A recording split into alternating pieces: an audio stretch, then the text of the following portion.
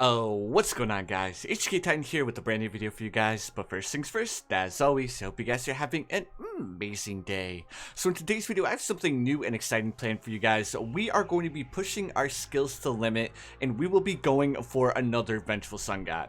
So this is going to be a little bit of a different Vengeful Sungod because we're not going to be doing it on a normal map. We're actually going to be doing it on one of the hardest maps in Bloons Tower Defense 6. And I think you guys may have an idea of what I'm talking about, but we will be trying to summon the Vengeful Sungod on the Bloons, aka the Slons map, which, as you guys can see, this is a very small map. So unfortunately, because the Slons map isn't an actual map, we have to do it in the challenge editor. As you guys can see here, we're going to be starting off with pretty much all of the standard stuff. We're going to be attempting to make it to round 150 with the Vengeful Sungod, which in itself is going to be a massive accomplishment. Now, for this setup, I will be using Sada as the hero because of how short the map is, and because all of the balloons are going to be passing very close to where we could place down our towers. I figured Sada would work out really well to get us past the first couple of rounds. So now that I went ahead and covered that, let's go ahead and jump straight into it. Alright, so the first thing that we need to make sure that we're paying attention to is we need to make sure that Sada is going to be able to handle these first couple of rounds. So what I'm going to be doing is I'm going to be trying to go for farms right off the bat because we need a lot of money in order to afford the Vengeful Sungod. On top of that, we also need to make sure that we have enough towers to deal with all of the rounds all the way up until we can afford to get the Vengeful Sungod. Which I don't think we're gonna be able to afford the Vengeful Sungod as soon as we would actually like to be able to afford him. Now, another thing that's kind of a downside is we cannot use any robots, we can't use any farmers. So that means I'm gonna be going for a little bit of a different upgrade path on all of these monkey villages, because not monkey villages, but all of these banana farms. The reason why I'm going to go for a different upgrade path is because I am tremendously lazy when it comes to farming these bananas. So I'm going to be going for the bottom up upgrade path, which is pretty much having like a monkey farmer, but at the same time, like, it's not going to make as much money if we were to go the top path or the middle path. So I figured this would end up working out pretty well. So guys, what I'm going to do is I'm going to include a little bit of a speedy bit all the way up until round 140, and I'll bring, or not round 140, but round 40, and I'll bring you guys back on round 40 with a little bit of a status update.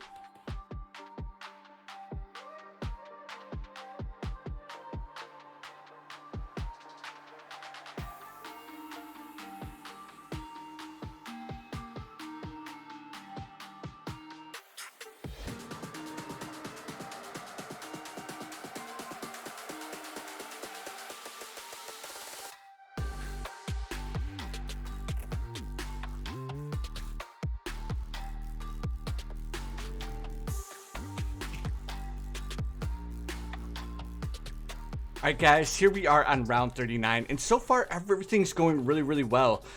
We still have our Sada going strong. We also bought an Alchemist upgrade to Stronger Stim. I am going to buy Perishing Potions as well on our Alchemist, and then on top of that, we went for the Helipilot upgrade to Pursuit with Moab Shove to go ahead and make round 40 a little bit easier for our Sada to deal with. And so far, I think this should work out pretty well, especially since Sada is such a good hero. Let's go ahead and activate her level 3, and it looks like we were able to barely scuff through. Luckily, we did have our mana shield, which our mana shield did end up making sure that we didn't lose any lives there. On top of that, we also had our spikes at the end of the road, which did another really good job at blocking a bunch of the lives from leaking too much. Alright, so let's go ahead and upgrade to increased production and greater production. Now, when it comes to the bottom upgrade path banana farm, I'm not exactly sure which path is better to go for. So I generally go for a mixture between the two. So I'll go for some that are increased production, then I'll go some that have the valuable bananas. So we'll go ahead and take a look at the very end to see which banana farms are actually going to be the best way to go. So the next thing that we need to worry about is we need to make sure that we have enough popping power to make it past round 63. So because of how close quarters the map actually is, I think I'm going to be going with a tax zone. Because we are playing on easy mode, it shouldn't be too hard for us to actually be able to afford. So that's what I'm currently going to be working on. Is I'm going to go ahead and go for a top upgrade path Monkey Village, and then I'm also going to be going for the tax zone. Alright, so there we go. We have a bunch of our banana farms upgraded to a marketplace. Now the next thing that I want to do is I instantly want to go for that tax zone. So let's go ahead and place down a monkey village as close to all of our towers as we can get it, like so. Upgrade it all the way to primary mentoring with radar scanner, and now we're going to go ahead and go for our tax zone. So guys, what I'm going to do off screen, I'm going to buy the tax zone, and I'm also going to upgrade all of these banana farms all the way up to the tier 4, and then I'll also probably buy a tier 5 as well. So guys, we're going to go ahead and do another little bit of a speedy bit, so sit back, relax, and I hope you guys are enjoying.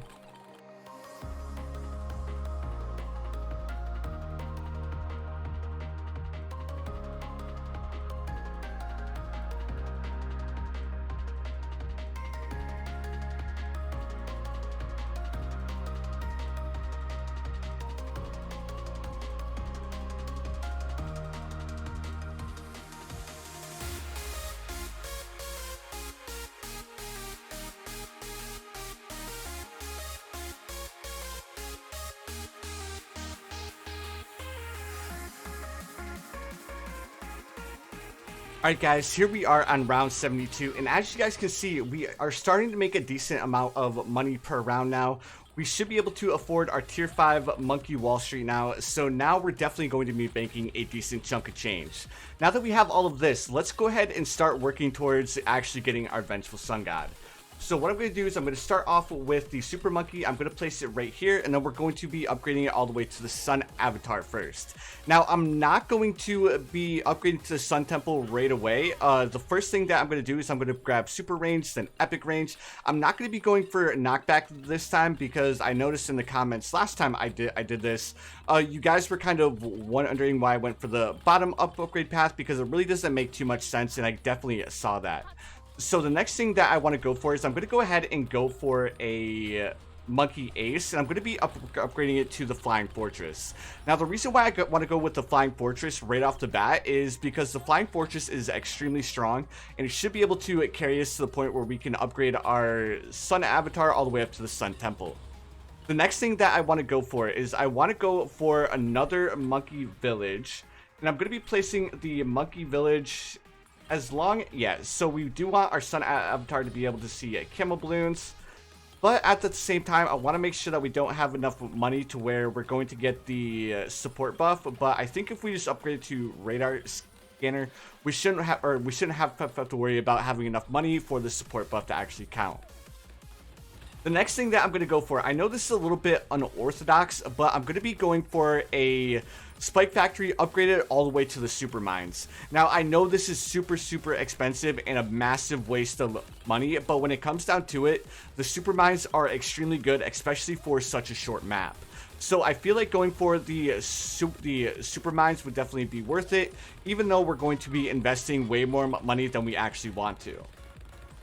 So we already have enough money with the military. The super mines are going to make sure that we have enough money with the primary, and then we'll go ahead and probably grab our permabrew if that's going to be able to be within range, which it looks like it should be, but I'm kind of sketched out about it at the same time. Alright, so let's go ahead and upgrade this Spike Factory to Super Mines. Now we have enough money with the Super Mines. I think that this Alchemist should be within range, so we should be able to upgrade it to a Permabrew, which in turn will allow us to have the $50,000 in magic towers. So as soon as we can afford to buy the Sun Temple, we're going to go ahead and buy it. But before we actually buy the Sun Temple, there is one thing that I'm going to be doing, and I'm going to make sure that I have enough money to afford to buy the Monkey Intelligence Bureau before I actually do the sacrifice, because I don't want to end up sacrificing, then our Super Monkey not be able to actually hit any Camel Bloons, especially now that we're starting to get towards the late game. So guys, what I'm going to do is I'm going to go ahead and fast forward to the point where I have the Sun Temple, and I'm also on the way of getting the Vengeful Sungod. So guys, I really hope you're enjoying so far. If you are, make sure you guys hit that like button. Also, if you guys haven't subscribed yet, please feel free to subscribe as well.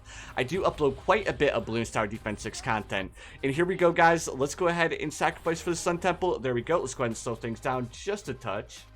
Then we're going to go ahead and grab our Monkey Village, upgrade to a radar scanner with jungle drums and a Monkey Intelligence Bureau.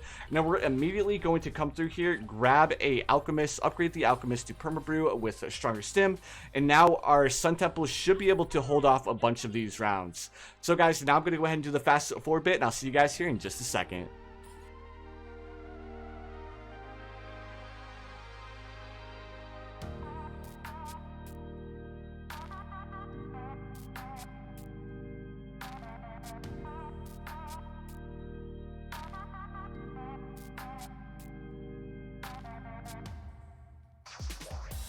Alright guys, here we are on round 102. As you guys can see, we have more than enough money and we have everything set up to summon the Vengeful Sungod.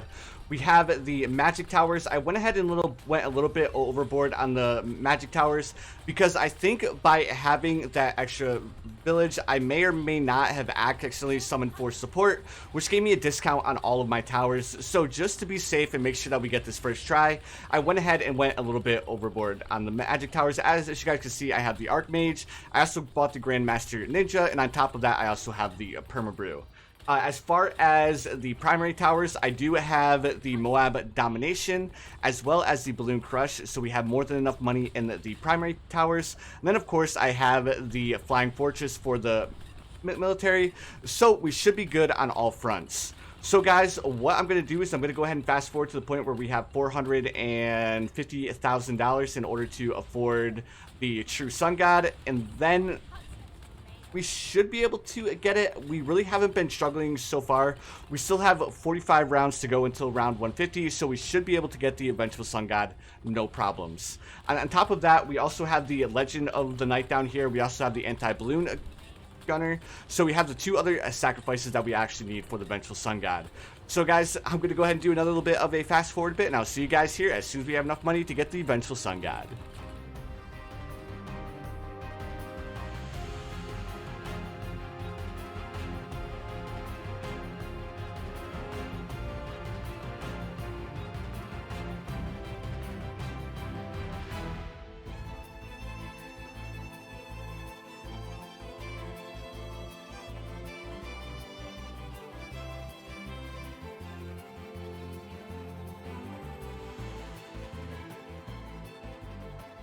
Alright guys, I'm going to go ahead and bring you back at the end of round 116. As you guys can see, we have more than enough money to summon the True Sun God.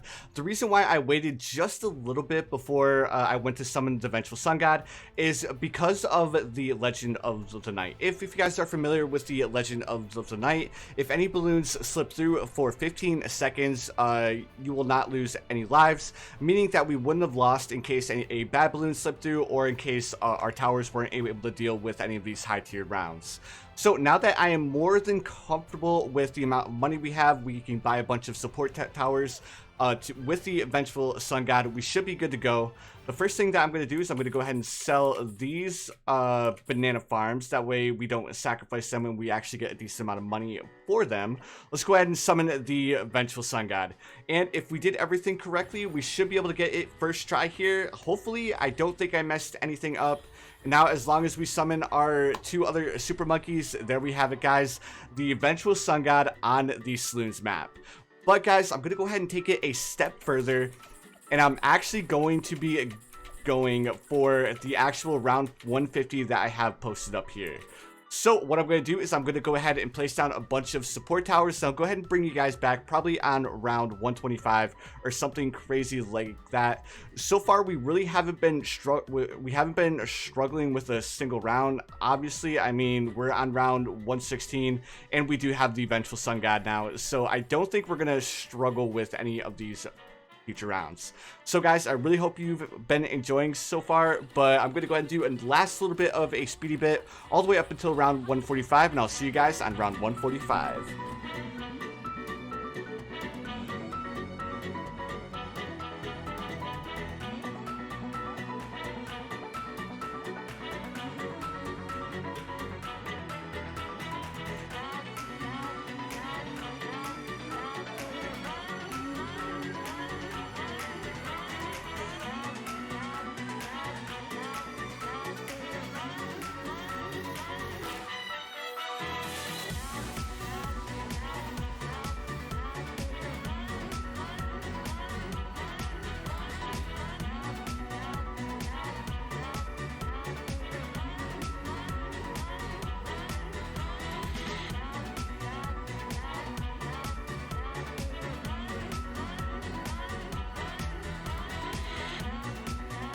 Alright guys, here we are at the end of round 144, now we're on round 145, and so far everything's working out really well. The only thing I've been doing is I've been consistently ultra boosting our Vengeful Sungod, and then I also went ahead and grabbed a bunch more towers. I know you guys really can't see them right now because of the Vengeful Sungod, but there are a lot of towers that are grouped up right here in this little pile of towers that we have going on here.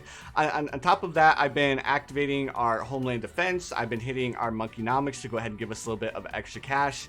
And guys, this strategy is actually holding up a lot better than I initially thought it would. I don't think that we would be able to make it to round 300 because once we start getting up past round 200, even the Vengeful Sungod starts to struggle with the reinforced bad balloons and the bad balloons in general. But that being said, like I was saying, this strategy is actually doing really well so far. I would kind of like to see what the total pop count of all of the different towers are, even though I'm fairly certain that the Vengeful Sungod is going to hold down all of the pops because he is an absolute beast. I mean, right now he is sitting at a whopping, I mean, he only has 7 or 18 million pops, which I kind of figured he would have a little bit more, but when you think about it, we're only on round 148. We're not on like round 200 or anything crazy like that. On top of that, we do have a lot of towers that are here with it that are also helping out with all of the pops. So what I'm going to do is I'm going to go ahead and probably take a look at the total pop count for all of the balloons on round 149 to go ahead and see which tower actually performed the best. I mean, I did end up getting a Bloon Master Alchemist. I didn't end up placing it too close to the track because, as you guys can see, we do not have a lot of room here, which is kind of unfortunate. But at the same time, you got to work with what you have. So the first thing that I did is I do have a bunch of stall towers here. I know you guys can't see them again, but I have the Balloon Crush. I have the Ice Monkey upgrade to Icicle Impale. I have the Glue Gunner upgrade to Super Glue. I have the Cripple Moab. I have where is it? I have the Comanche Defender, so that's going to provide a little bit of stall, and then I just have as many stall towers as I could actually find. I think what is really helping out are these super mines. Because they're placing so close, they can definitely dish out a lot of damage to help out all of our towers. Looks like Sada's doing pretty decent as well. She's almost at 3 million pops. Not exactly how many I thought she would be setting at, but again, she's not doing too bad. I also ended up getting a MAD to go ahead and help out with the bad balloons. But anyways, guys, let's go ahead and finish this up. Here we are officially on round 150. Again, all of our towers are doing an amazing job. I'm actually super surprised that we were able to make it to round 150 on such a short map. I mean, if you guys look, like, this map is extremely short, and we were still able to summon the Vengeful Sungod, so that really shows you how good the hero Sada is. On top of that, how overpowered the Vengeful Sungod is once you actually get him. So the total pop count of all of our towers is going to be sitting at 46 million, which isn't bad at all. Again, guys, I'm super surprised that we were even able to make it to round 150. But anyways, guys, I really hope you enjoyed this little bit of a fun video. If you did, make sure you guys hit that like button. Also, if you guys haven't subscribed yet, please feel free to subscribe as well. I do upload quite a bit of Bloons Tower Defense 6 content. But anyways, guys, that's going to do it for today's video. But you guys already know what time it is. I hope you guys have the most amazing day of your lives, and I will see you guys in the next one.